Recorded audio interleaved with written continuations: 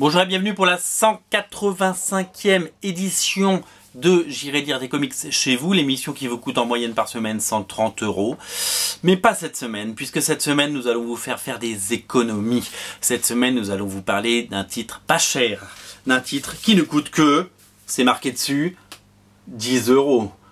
10 € un album, cartonné, imprimé, traduit, lettré, importé, les droits sont payés, tout est 10 €. 10 €, c'est du bonheur.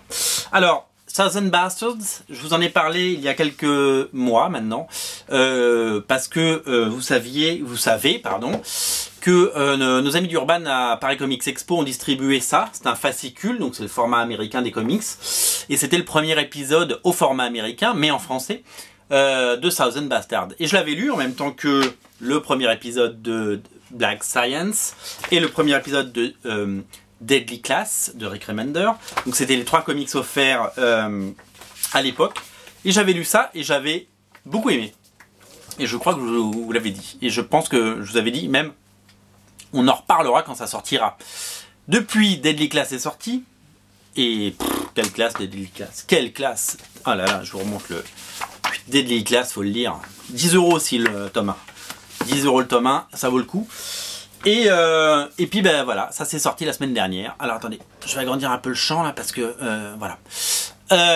Thousand Bastards, donc les bâtards du sud, ça se passe dans le sud des États-Unis et ça parle d'un monsieur qui est plutôt jeune, plutôt frais. Et c'est pas un petit jeuneau, hein, et il revient en Alabama sur les terres de son enfance. On apprend que voilà, dans l'histoire qu'il s'est barré, pour la guerre du Vietnam. Donc il a l'âge d'être un vétéran de la guerre du Vietnam. Donc on peut lui donner une grosse 60aine d'années, je pense. Et en fait, ça raconte sa vie et l'histoire de son père.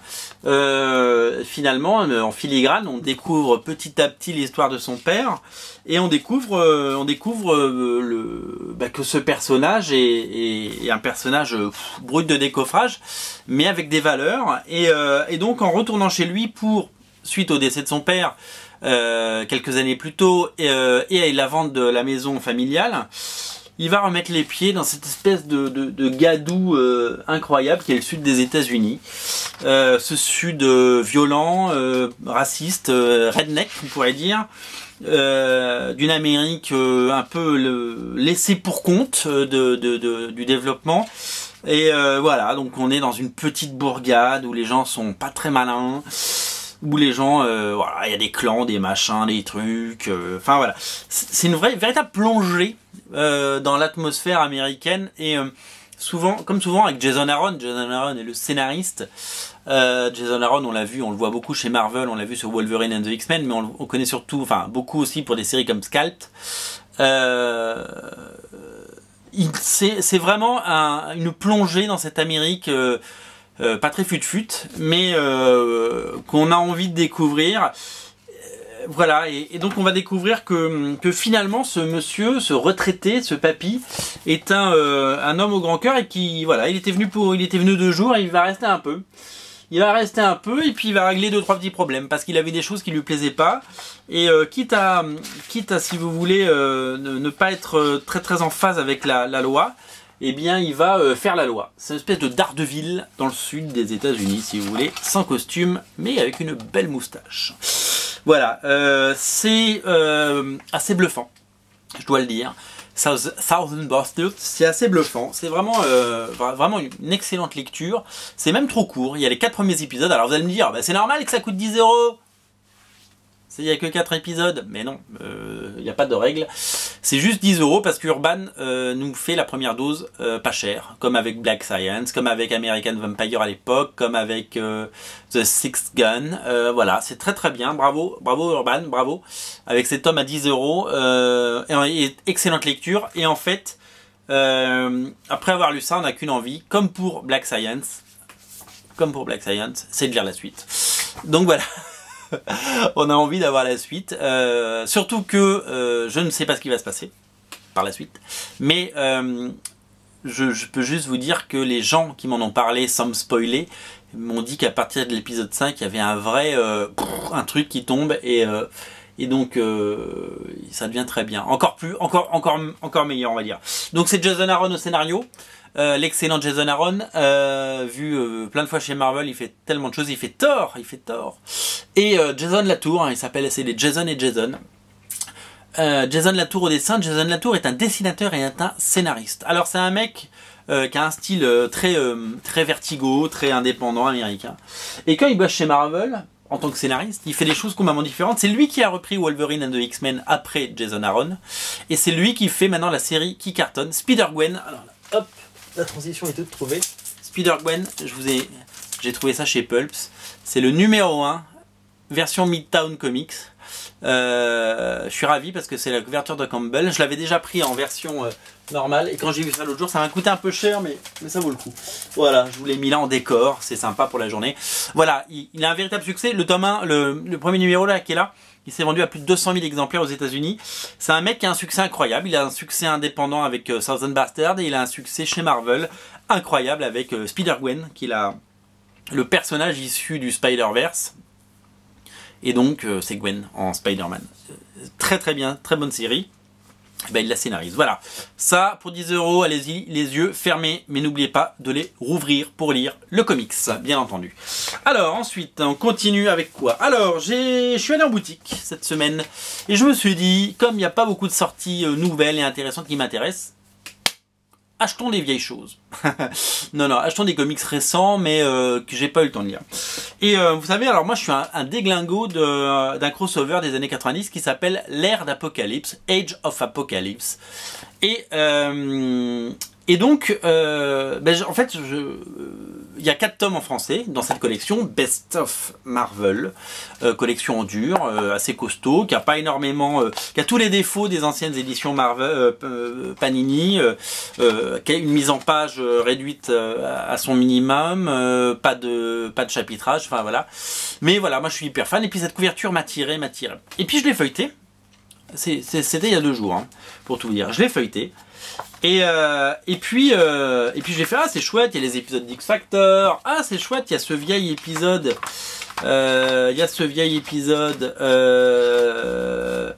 pam, il est où l'épisode, voilà, alors cet épisode pourri avec Adam X, mais dessiné par Terry Dodson. Vous voyez comment Terry Dodson il dessinait il y a 20 ans. Il y a l'épisode que j'adore, avec Roger Cruz, qui faisait un super boulot. Moi j'adore ce genre de dessinateur. Et là je me suis dit, ah mais ces épisodes, je les ai pas en français. Je les ai pas en anglais non plus. Et puis je me suis souvenu que j'avais ça à la maison. Hop, j'ai Age of Apocalypse Omnibus en anglais avec tous les épisodes. Et je me suis dit, dans l'omnibus, il me manquait des choses. Il manquait notamment les X-Men, les X-Chronicles, dessinés par Carlos Pacheco. Et je me suis dit, je suis sûr qu'elles sont là-dedans. Et ça, je l'ai pris un peu aveuglément. Et je me suis dit, dans mon omnibus, il manque le prologue, Legion Quest, qui est cette truc en 4 parties qui donne les événements de Age of Apocalypse. Donc je l'ai acheté, 25 €. Et je suis rentré à la maison, j'ai commencé à le feuilleter, j'ai commencé à le lire, j'ai fait ouais j'adore. Et puis je me suis dit, bizarre, il n'y a pas les X-Chronicles de Carlos Pacheco. Mais ces épisodes, ils me disent quelque chose. Et en fait, les épisodes de Legion Quest, ils sont bien là-dedans. Donc finalement, j'ai racheté un truc que j'avais déjà. Ouais, 25 €. Ouh. Enfin bon, c'est pas grave. J'adore l'âge de l'Apocalypse. Non, parce que là-dedans, il y a des épisodes que j'avais pas. C'est-à-dire les épisodes avant Legion Quest, notamment notamment X-Men 38, les épisodes d'X Factor, comme je vous ai dit. Voilà, il y a un épisode aussi que j'adore à la fin, je vais vous montrer, voilà, c'est l'épisode de Cable numéro 20 dessiné par Ian Churchill. Ça j'adore moi, quand je vois ce cyclope là, je trouve ça charmé. C'est une époque des X-Men que j'adorais. Et j'ai adoré, alors voilà, Roger Cruz qui dessine comme ça, c'est à tomber par terre, voilà. Donc finalement je l'ai en double, mais finalement je suis pas mécontent, malgré le fait que l'édition soit quand même assez moisie. Voilà, donc le pitch de Age of Apocalypse, c'est quoi? C'est que Légion retourne dans le passé pour tuer Magneto, et finalement il tue Xavier. Et finalement on se retrouve avec un monde qui part en vrille, et toutes les séries changent de nom. X-Men devient Astonishing X-Men. Uncanny X-Men devient Amazing X-Men. Non, c'est l'inverse en fait. X-Factor devient Factor X. Eh, pas bête. Excalibur devient X-Calibur. X-Force devient Gambit and the External, etc. Génération X devient Génération Next. Et j'ai adoré. À l'époque, ce crossover, je trouvais que c'était révolutionnaire. C'est ce qu'ils sont en train de faire finalement avec Secret Wars. Maintenant, ils arrêtent toutes les séries. X-Men et compagnie, et ils partent avec des nouvelles séries. Thor devient Thor avec un S pour Secret War. Il y a Age of Apocalypse qui revient avec l'incroyable dessinateur Gerardo Sandoval. Secret Wars d'ailleurs, donc si vous voulez lire Secret Wars en VO, allez sur originalcomics.fr où on vous propose les numéros des séries principales en prévente, et ça sort à partir du mois prochain, donc ne tardez pas. Pour précommander vos numéros de Secret Wars. Originalcomics.fr, ça ne s'inscrit pas en bas de votre écran. Voilà, j'avais adoré ce crossover, c'était vraiment génial, et j'étais assez fou. Alors, un truc que je voulais vous dire, bon à l'époque c'était génial, il y avait du Andy Kubert, du Joe Madureira, il y avait donc du Chris Bacalo sur Generation Next, c'était vraiment excellent, j'ai vraiment adoré. Et donc on va revivre finalement, globalement, 20 ans après, moins de 20 ans après, la même chose, avec Secret Wars. Alors, du coup, je me suis replongé là-dedans ce week-end, dans cet omnibus là qui commence à peser une tonne. Je vais le poser sur mon épaule comme un petit écureuil ou un petit chat. Et donc, je voulais vous dire quoi là-dessus. Oui, je voulais vous dire que en me replongeant là-dedans, je tourne les pages, et là, je tourne les pages, et là je me dis mais il n'y a pas un problème, sur les couleurs. C'est pas un peu moche? Et en fait, si, c'est complètement moche. Alors, je vous ai pas ressorti les épisodes parce que j'ai les épisodes en single de l'époque. Mais quand je regarde des couleurs comme ça, je me dis, c'est pas normal. Et en fait, je pense que ça a été scanné d'après les pages originales. Et quand c'est scanné, surtout quand il y a des couleurs par ordinateur hyper compliquées comme à l'époque, ben c'est moche. Putain. Et en fait, je me suis... Bon, j'ai pas tout relu, hein, mais je tournais les pages, et notamment sur les pages de Génération Next. Je vais vous trouver un épisode. Au secours! Qu'est-ce qui s'est passé? Au secours, je vais vous trouver ça. Les couleurs sont dégueulasses. Donc il n'y a pas que chez Panini que les couleurs sont dégueulasses.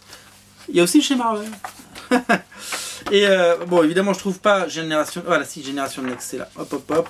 Oui, parce que les numéros sont mixés, on va dire. Et voilà. Et donc, hop, je vous montre un peu à quoi ça ressemble. Voilà à quoi ressemblent les couleurs. C'est bon, je sais pas si vous le voyez bien à l'écran, mais c'est pas beau du tout. Donc, je me suis dit, allons au bout du truc. Et revenons là-dessus. Et je trouve que les couleurs sont meilleures là-dessus. Je pense que Panini avait des meilleurs fichiers que Marvel. Voilà. Alors ça, pour tout vous dire, ça existe en 4 tomes plus le prélude que j'ai dans les mains. Dans les 4 tomes, il y a le tome 1 qui n'est plus dispo nulle part, quasiment. Et ça, c'est bien malheureux parce que vous l'aurais bien conseillé, mais par contre, je vais pas vous conseiller de dépenser 100 € ou 50 € pour acheter le tome 1. Mais ce crossover est une merveille. Et peut-être qu'un jour, Panini nous sortira l'omnibus, mais bon, pour le moment, ce n'est pas d'actualité. Alors, l'autre chose, alors là, c'est qu'est-ce que c'est vieux, que j'ai acheté ce week-end. Je me suis fait un petit plaisir. Puisque je l'ai en single, je l'ai acheté en kiosque il y a quelques années chez Panini, et ils l'ont ressorti avant Noël. C'est le Ultimate Wolverine vs Hulk, alors qu'il y avait eu à l'époque une édition complètement, si vous voulez, hachée, puisque le premier numéro était sorti, et après il y a eu un grand gap pour avoir la suite.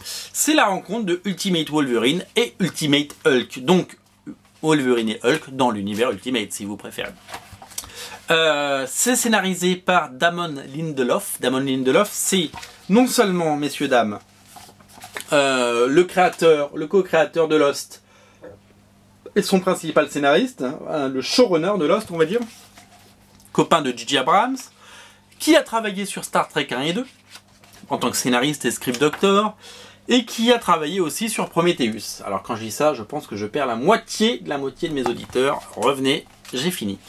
Alors, Damon Lindelof, c'était à la mode il y a quelques années de faire venir des scénaristes, des séries ou des films sur des comics pour faire vendre plus. Et ça a marché parce que ça avait très bien marché.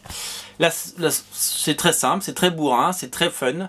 C'est la rencontre de Wolverine et Hulk, donc il y a bagarre évidemment, et ils s'en foutent plein la gueule. Et c'est dessiné par l'incroyable, l'inénarrable, le très talentueux Lenin Francis Yu, qui se fait appeler maintenant Lenin Yu, ils ont enlevé son Francis, pas chez Panini visiblement. Et donc voilà, donc c'est absolument, voilà, c'est comme un popcorn movie, ça se dévore. Moi j'ai trouvé ça génial, il y a plein d'idées super sur la personnalité de chacun. Voilà, c'est très bien scénarisé. Bon, évidemment il y a un petit clin d'œil à J.J. Abrams que vous découvrirez à l'intérieur. Il y a évidemment la découverte de, il y a pour la première fois Miss Hulk version Ultimate, et puis bah voilà, sinon c'est de la bagarre. Il faut savoir que le pitch de départ est très simple. Dès la page 2, on comprend ce qui se passe. Voilà, Hulk découpe Wolverine en deux. J'ai adoré, je suis ravi de l'avoir en Deluxe. C'est un Deluxe, nouvelle formule, donc sans surjaquette, mais pas chapitré, puisque c'était un Deluxe intermédiaire, on va dire. Voilà. Dommage que ce soit pas chapitré, mais moi je suis ravi de l'avoir dans cette édition. C'est un très très beau livre. Et je le garde, et celui-là, je le prends pour moi. Alors, on continue. On continue. Qu'est-ce que je voulais vous montrer? Ah oui, je voulais vous montrer une merveille. Je vous en avais parlé un petit peu, mais voilà. Alors, je vous ai parlé de Shaolin Cowboy il y a quelques semaines, parce que Shaolin Cowboy, la série principale, la première série scénarisée et dessinée par Geof Darrow, est ressortie en TPB. Elle doit être quelque part par là. Shaolin Cowboy, Shaolin Cowboy, non, je pense qu'elle n'est pas là, elle est plutôt par là-bas. Voilà, Shaolin Cowboy, la série principale sortie chez Burlyman Entertainment, qui est la maison d'édition des Wachowski, est ressortie en TPB, dans un TPB, voilà, TPB. Et l'année dernière, Geof Darrow a sorti une seconde série, qui est la suite, tout simplement, qui voit le Shaolin Cowboy faire la bagarre avec son bâton, avec 2 tronçonneuses, contre des zombies, pendant des pages et des pages et des pages. Et c'est mini-série en 4 parties, que j'ai en single quelque part, que j'ai adoré, mais j'ai adoré, j'ai pris un plaisir, c'était pour moi le meilleure chose à lire, et pendant 4 mois, ça a été un vrai plaisir. Et c'est sorti dans un magnifique hardcover, toilé, comme les vieux Tintins, grand format, grande page. Et puis bah, après c'est que du Darrow, c'est que du découpage, c'est une leçon de BD, c'est une leçon de comics, c'est une leçon de mise en scène, de page en page. On voit le Shaolin Cowboy, voilà, je vous le montre, combattre une horde de zombies. Dans les pages, alors je vais vous montrer à quoi ça ressemble, voilà, bah, c'est simple. Voilà, c'est la bagarre, il y va, bam bam bam bam bam bam, de ça pendant une centaine de pages.